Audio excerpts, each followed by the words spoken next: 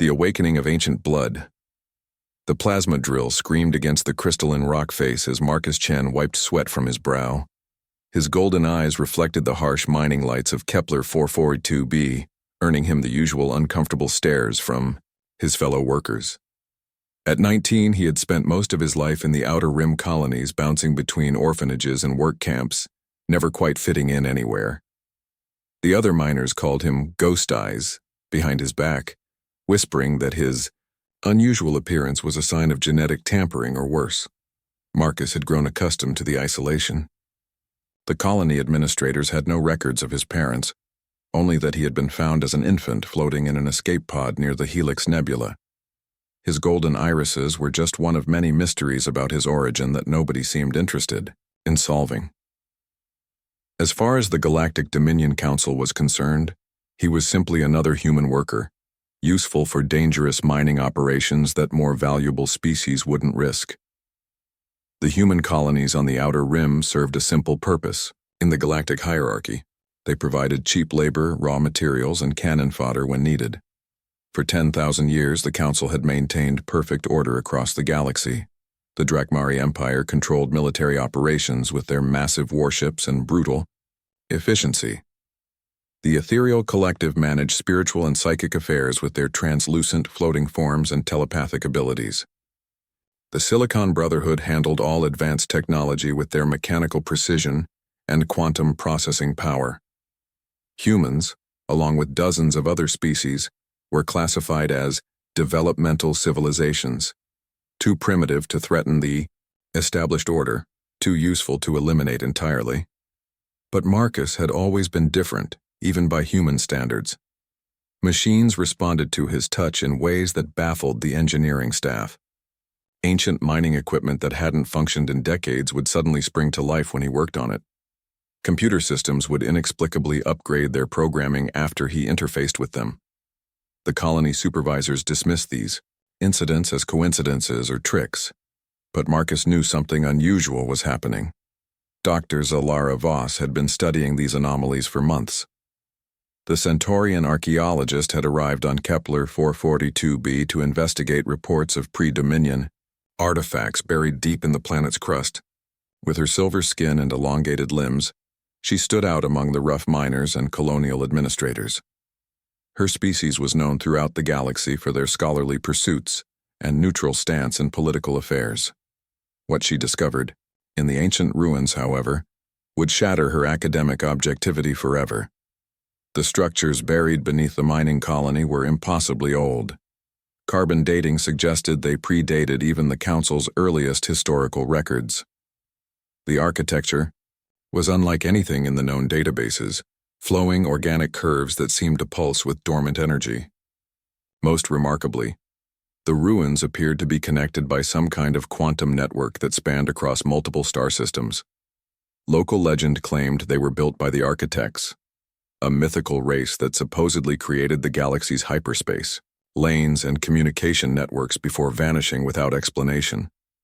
Dr. Voss had been documenting the ruins for weeks when she first noticed Marcus's unusual reaction to the ancient technology. While other miners avoided the excavation sites, claiming they felt watched by the empty chambers, Marcus seemed drawn to them. When he approached the central chamber's control panel, the entire complex hummed to life for the first time in millennia. Lights that had been dark for eons began glowing with soft golden radiance that matched his eyes perfectly. Marcus stared at the awakening technology in wonder and terror. The symbols on the control surfaces weren't in any language he recognized, yet somehow he understood their meaning perfectly. They spoke of a great purpose, a destiny that had been sleeping in human DNA for countless generations. As his fingers traced the ancient controls, visions flooded his mind. Images of a vast civilization that had once guided the galaxy's development, nurturing younger species and building the infrastructure that connected distant worlds. The architects hadn't been conquerors like the current council. They had been gardeners, carefully tending the growth of galactic civilization until their children were ready to inherit the stars.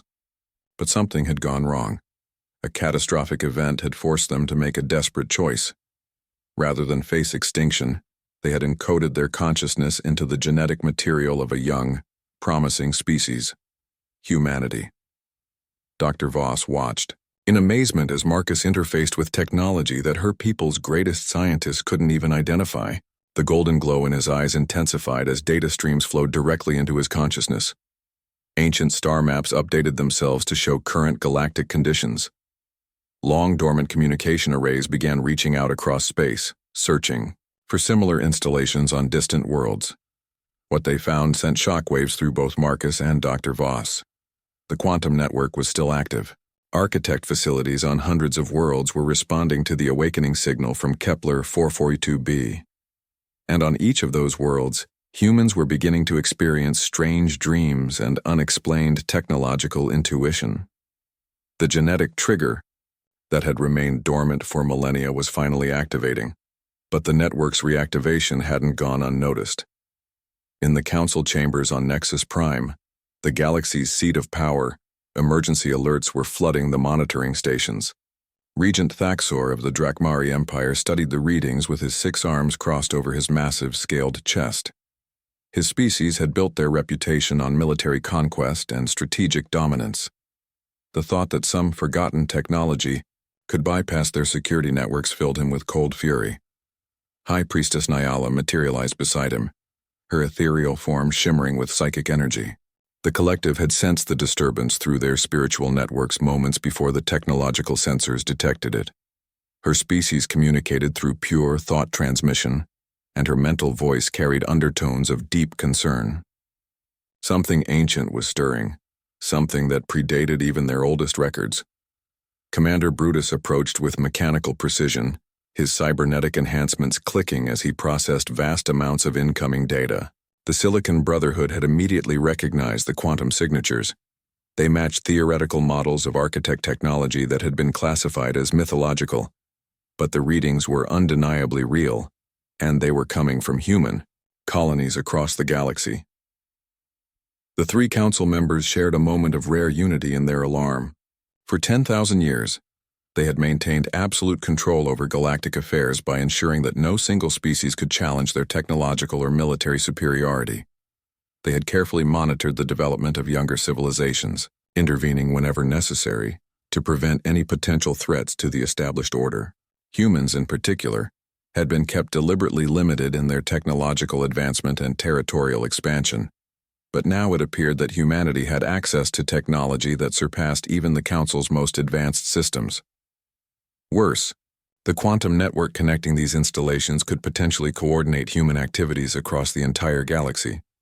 If the humans realized their true capabilities, the carefully maintained balance of power would collapse overnight. Regent Thaxor's tactical mind immediately grasped the implications. A coordinated human uprising could overwhelm Dominion forces through sheer numbers alone. Humans reproduced faster than any other spacefaring species and had already spread to over 1,000 worlds. If they gained access to architect military technology, they could pose an existential threat to Council authority. High Priestess Nyala's psychic probes reached out across space, trying to understand the nature of the awakening. What she found terrified her. The human Marcus Chen wasn't just operating architect technology. He was communing with it on a level that suggested direct genetic inheritance. The implications were staggering. If humans carried architect DNA, they might be the legendary civilization's intended successors. Commander Brutus ran probability calculations at quantum speeds. Every scenario that allowed the human awakening to continue resulted in the eventual downfall of the current galactic order. The architect technology was simply too advanced, and the humans were too numerous. Military intervention was not just advisable, it was essential for Council survival. Back on Kepler 442b, Marcus was experiencing visions that revealed the truth about humanity's destiny. The architects hadn't vanished. They had evolved beyond the need for physical forms, but they had left behind instructions, encoded in human DNA, for their successors to follow. Humanity was meant to inherit their role as the galaxy's guardians, guiding younger species and maintaining the delicate balance between order and freedom. The vision showed him the current state of galactic civilization, Billions of sentient beings living under the oppressive control of the Council, their development artificially limited to maintain the existing power structure. The architects had never intended for such a system to endure. They had built their quantum network as a gift for their successors, a tool to help liberate the galaxy from tyranny and guide it toward true prosperity. As Marcus absorbed this knowledge, his connection to the network deepened. He could sense other humans across the galaxy beginning to awaken to their heritage. On distant worlds, miners like himself were discovering they could interface with ancient machinery. Human scientists were suddenly understanding principles of physics that had previously been beyond their comprehension. Human pilots were finding that their ships responded to their thoughts as much as their controls. Dr. Voss documented everything with scientific fascination and growing dread.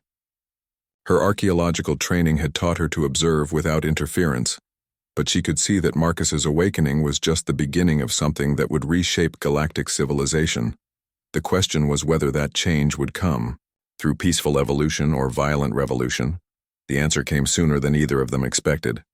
Long-range sensors detected the approach of a Dominion strike fleet, 36 warships moving at maximum speed toward Kepler 442b.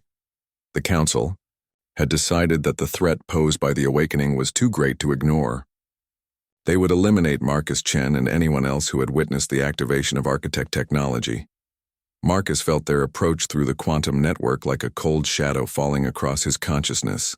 The architect installations were already calculating defensive strategies, preparing weapon systems that had been dormant for millions of years. But more importantly, they were reaching out to every human in the galaxy, sending the awakening signal to dormant genetic triggers. Across 1,000 worlds, the Council thought they were moving to eliminate a single anomaly. They had no idea they were about to face the return of the galaxy's true inheritors. When humanity remembers its legacy, the Dominion strike fleet dropped out of hyperspace like a hammer falling from the heavens. 36 warships arranged, themselves in perfect attack formation around Kepler 442b, their weapon arrays already charging for planetary bombardment. Admiral Korath commanded the flagship Devastator, a massive dreadnought that had broken the resistance of 100 worlds. His reptilian features twisted into a satisfied grin as he surveyed the defenseless mining colony below. The operation was meant to be swift and decisive. Eliminate the human anomaly, destroy any evidence of architect technology, and send a clear message to the rest of humanity about the consequences of reaching beyond their designated place in the galactic hierarchy. The Council had classified the mission as a routine compliance action, the kind of demonstration that kept younger species properly submissive. But Admiral Korath's satisfaction turned to confusion as his sensors detected massive energy readings from the planet's surface. The ancient ruins that intelligence had described as dormant were now blazing with power signatures that exceeded anything in the Dominion arsenal. Weapon systems that had been sleeping for millennia were coming online, and their technology was unlike anything in the Council databases. On the surface, Marcus stood in the central chamber of the architect complex, his consciousness fully merged with the quantum network. Through the ancient systems, he could perceive the approaching fleet, as clearly as if he were standing on their bridge.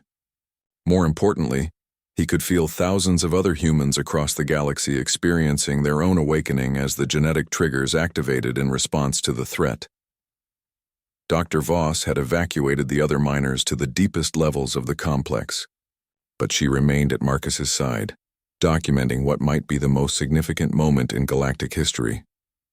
The young human's golden eyes now blazed with inner fire, as he accessed memories and knowledge that had been encoded in his DNA by an extinct civilization. The architect network was vast beyond imagination. Installations on hundreds of worlds were responding to the crisis, sharing information and coordinating defensive strategies at the speed of thought. Marcus could see the entire galactic political structure laid out before him like a three-dimensional map.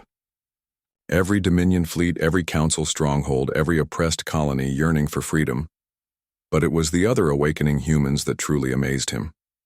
On Earth, Dr. Sarah Mitchell was experiencing visions of advanced genetic engineering as she worked in her xenobiology lab, Her understanding of DNA manipulation had increased tenfold in the space of an hour.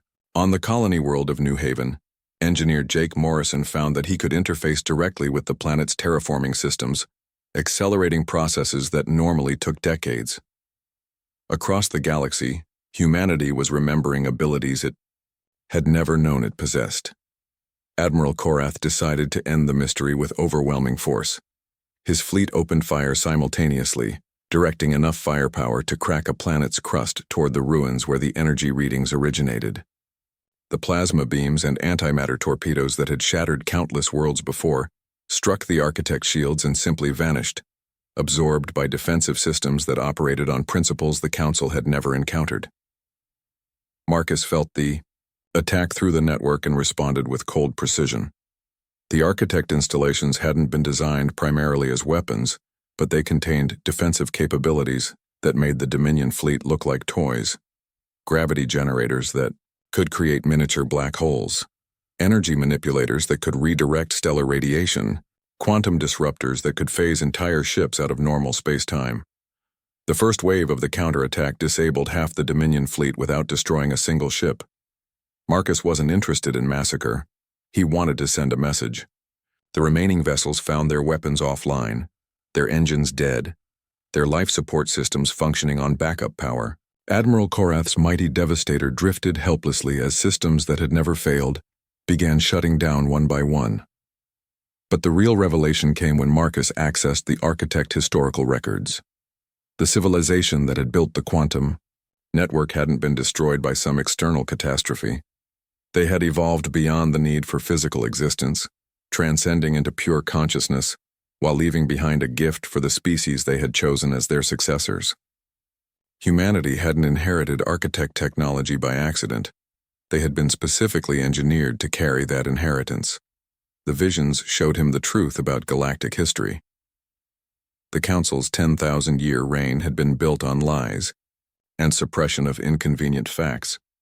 The Architects had intended for all species to eventually develop beyond the need for hierarchical control structures. They had encoded the seeds of that evolution into the quantum network, waiting for their chosen successors to activate the final phase of their plan. On Nexus Prime, the Council chambers erupted in panic as reports flooded in from across the galaxy.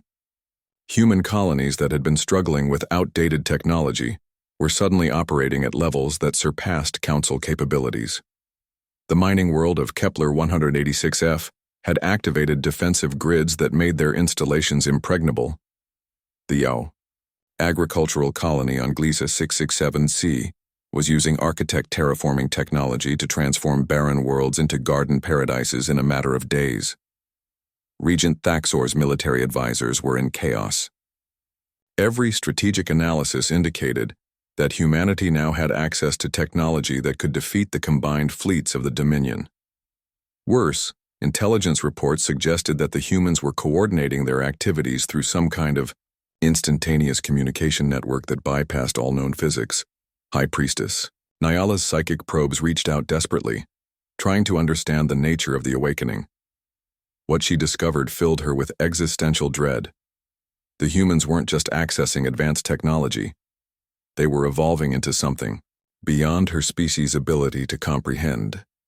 Their consciousness was expanding, connecting with each other and with the ancient network in ways that transcended individual awareness. Commander Brutus ran calculations at maximum processing speed, but every scenario ended the same way. If the human awakening continued, the technological gap between them and the Council would become insurmountable within a matter of months. The only option was immediate, total warfare, a galactic genocide that would eliminate humanity before they could fully access their inheritance. But even that option was rapidly becoming impossible. On Earth, Dr. Sarah Mitchell had made contact with the Architect genetic database and was teaching other humans how to accelerate their own awakening. Military installations across human space were being retrofitted with technology that operated on principles the Council couldn't counter. Most disturbing of all, reports indicated that individual humans were developing abilities that resembled those of the vanished Architects themselves. Marcus felt the weight of destiny settling on his shoulders as the full scope of his inheritance became clear. The architects had designed humanity to be more than just their successors.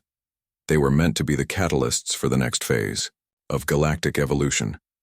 Every species would eventually transcend their current limitations, but only if they were guided by beings who understood both the potential and the responsibility that came with such power. The disabled Dominion fleet hung in space around Kepler 442b, like a monument to the old order's impotence. Admiral Korath found himself face-to-face with Marcus Chen through a quantum communication channel that bypassed his ship's systems entirely. The human's golden eyes held depths of knowledge that made the Admiral feel like a primitive savage, confronting a god. Marcus's voice carried across space with authority that resonated in the quantum field itself. The old order was ending, not through conquest or destruction, but through evolution. Humanity would take its place as the galaxy's guides, but they would not rule through fear and oppression as the Council had. Every species would be given the opportunity to develop their full potential, to join the network of consciousness that the architects had envisioned. The choice was simple. The Council could cooperate with this transition, helping to create a new galactic civilization based on mutual growth and understanding. Or they could resist, clinging to their obsolete power structures while the galaxy evolved beyond their ability to control. But they could no longer suppress the awakening that was spreading across human space like wildfire. On thousands of worlds, humans were discovering their true heritage. Mining colonies were becoming technological marvels. Research stations were making breakthrough discoveries in physics and consciousness studies. Military outposts were developing defensive capabilities that made them impregnable fortresses.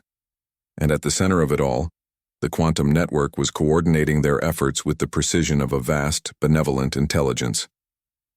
Dr. Voss watched in amazement as Marcus communicated simultaneously with awakening humans across the galaxy, while negotiating with Council representatives through quantum channels. The young man who had been dismissed as a genetic anomaly was revealing himself to be something unprecedented, a bridge between what humanity had been and what it was destined to become. The Council's response came within hours. Rather than accept the new reality, they chose to fight. Every Dominion fleet in the galaxy received orders to converge on human colonies and eliminate the contamination before it could spread further. It would be the largest military operation in galactic history, designed to commit genocide on an unprecedented scale. But they had underestimated both the extent of humanity's awakening and the power of their inherited technology. As the Dominion fleets moved to attack, they found themselves facing opponents who could predict their movements, counter their weapons, and turn their own technology against them. The quantum network that connected human consciousness allowed for coordination and response times that made traditional military tactics obsolete. The war for the galaxy's future had begun, but it would be unlike any conflict in recorded history. On one side stood the old order, desperate to maintain control through force and intimidation. On the other stood humanity, awakening to abilities that would reshape the very nature of galactic civilization. Marcus Chen, the orphan with golden eyes, stood at the center of it all. The blood that flowed through his veins carried the inheritance of the architects, and through him, humanity would reclaim its birthright among the stars. The Council had realized their mistake too late. The species they had dismissed as primitive, workers were actually the chosen successors of the galaxy's greatest civilization. The age of human subservience was ending. The age of human leadership had begun.